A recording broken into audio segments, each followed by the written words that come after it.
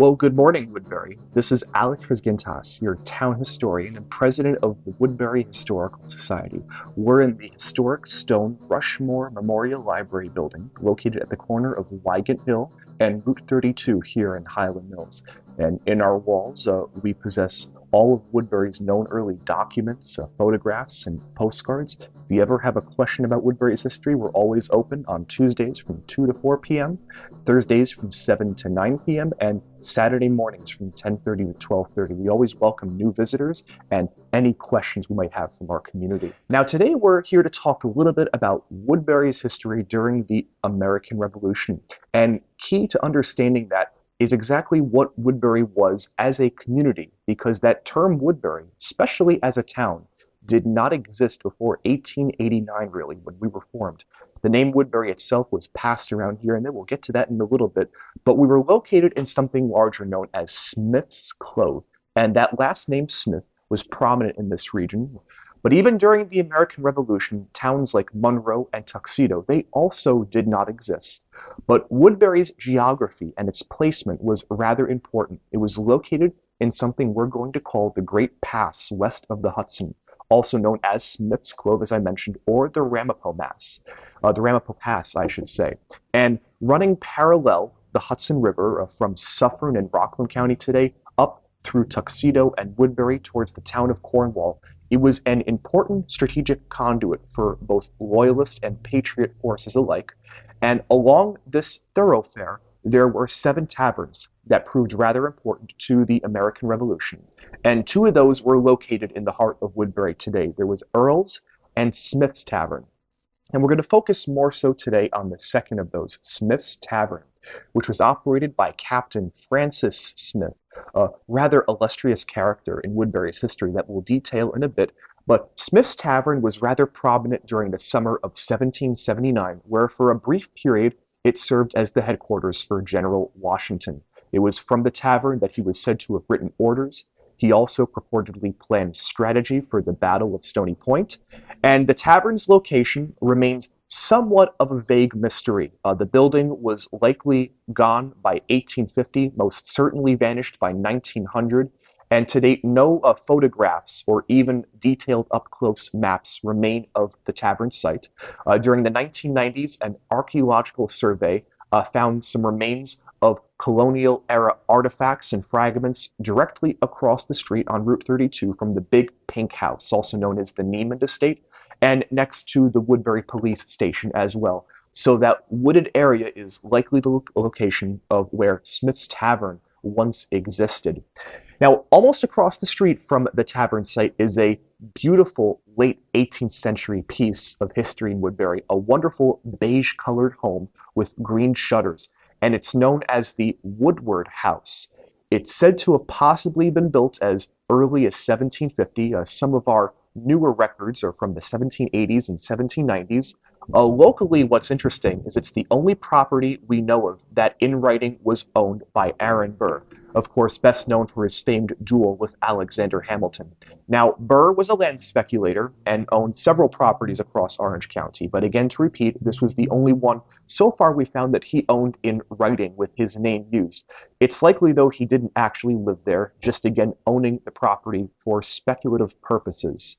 Now, we're unsure of the home's role during the Revolution. It doesn't at the moment appear on any of the maps from that era, but directly behind the Woodward House is a wonderful piece of Revolutionary War history in Woodbury, a small grave site of the largest concentration of Revolutionary War era individuals and veterans from Woodbury. It's known as the Woodward Cemetery, and out of the several gravestones in that cemetery, only one remains visible, and that is the stone of Captain Francis Smith.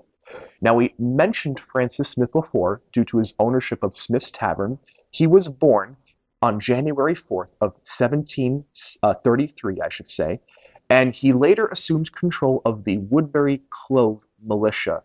And the term Woodbury wasn't used very frequently in that era, but we did have some family descendants of a last name Woodbury in this region, and it's likely that is where the iteration of today's town of Woodbury, at least the name of it, came from.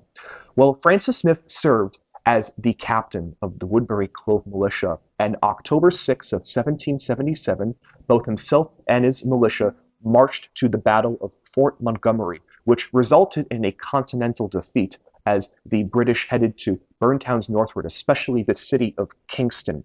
Now, Smith was wounded in this battle in his leg, and it was likely he would have been captured by British forces if it had not been for the heroism of two of his soldiers. Those were Sergeant John Wygant and Corporal Jonathan Miller. And both Wygant and Miller were able to transport the wounded Smith over 12 miles from Fort Montgomery, which is near the Bear Mountain Bridge today, all the way back to the town of Woodbury. Now, keep this in mind. Back in 1777, there were no paved roads between these two locations. It was mountainous, largely uncharted terrain, and the roads themselves were very narrow. So it was a daunting journey, these 12 miles, having to carry your injured comrade back over the mountains as well to today's town of Woodbury. But Smith lived to tell his story. He ended up passing away on May 11th of 1785, just a few years after the conclusion of the Revolutionary War. Now, as it happens, also right outside the Woodward House is a blue and yellow New York State historic marker talking about an encampment, or a camp of soldiers in this case. And it's titled as the Van Ambrose Encampment, which is not exactly a surprise. Throughout the Smith's Clove region, there were several of these camps for soldiers. One of the largest in Orange County in the Hudson Valley, of course, might be best known today as the New Windsor Cantonment, a bit to the north. Now, the information on that historical marker is accurate, but its location is not precise. And to date, even looking at some of the historical writings of Philip Woodward, the original owner during the 1930s of the Woodward House, he did not know why that site was chosen for the marker. Some more updated resources and maps, including the work of Robert Erskine, who created so many beautiful maps and that are wealthy sources of history today from the Revolutionary era. Erskine places the site of the Van Ambrose property much to the north, very close to the juncture of Trout Brook Road and Route 32, just north of Highland Mills, as well as near the new Sweet Clover Farm Winery and Distillery.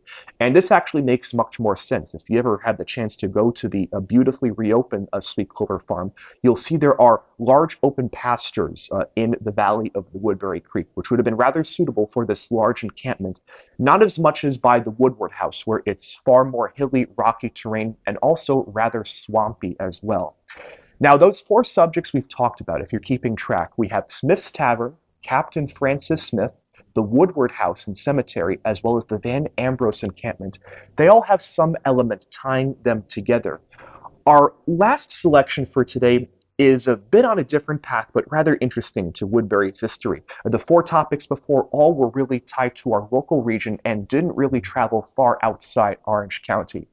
But an exception to that rule was Corporal John Allison, who didn't live, or was born in Woodbury, I should say, but he did live there during his later years after the American Revolution. Now, keep note of this interesting fact. Allison was born on May 12th of 1754 in Haverstraw. Now, Haverstraw is today in Rockland County, but back during the 1700s, in fact, before 1799, all of Rockland County was a part of Orange County, so Allison was a native Orange County resident. In fact, during this case, his father, Joseph, was a captain of the Orange County Militia during the French and Indian War, and eventually his son, John Allison, served in the Continental Army in the 3rd Regiment of Foot based out of Clarkstown, New York, and his first enlistment, or service, I should say, was a grueling march from today's Rockland County up north through Albany, through the areas of Lake George, and past Lake Champlain to the Canadian front.